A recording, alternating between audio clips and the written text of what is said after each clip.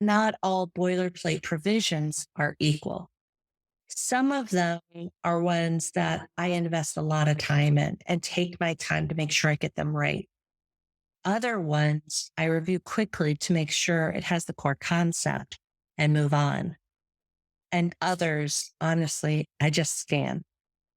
I created this heat map really to share my perspective. This is not a uniform approach. This is just how I do it. But I thought it would be useful as I talk about the boilerplate to think a little bit about boilerplate in this context.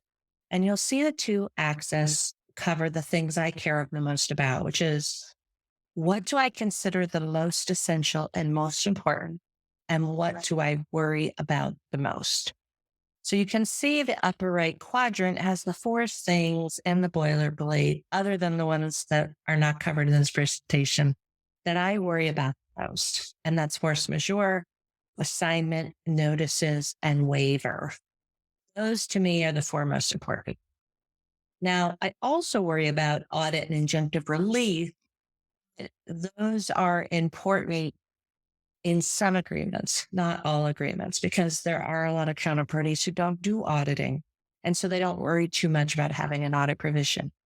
And there are contracts that don't cover things where injunctive relief is going to be appropriate.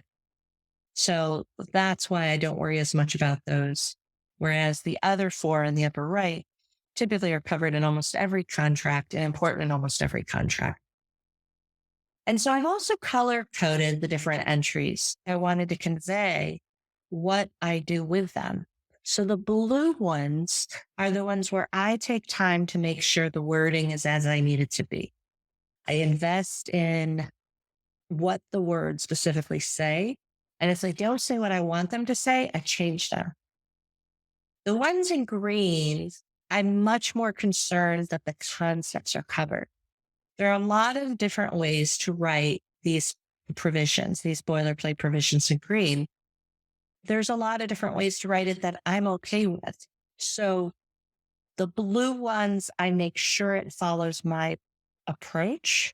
The green ones, I'm a much more flexible to using the counterparties words as long as it covers the concepts. But I want you to think about the boilerplate that you review and think about it in this context. Which ones make you worry the most? Which ones are the most important for these kinds of deals and your client?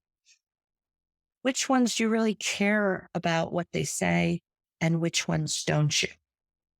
So I'll use an example of severability. Used to spend time reviewing and editing severability provisions to look like the way I thought they should look.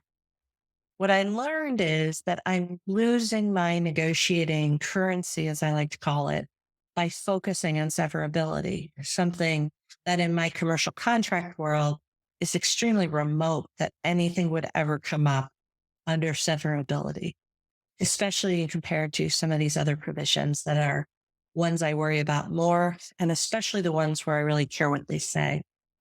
Those ones are ones that in the real world do matter and are frequently an issue.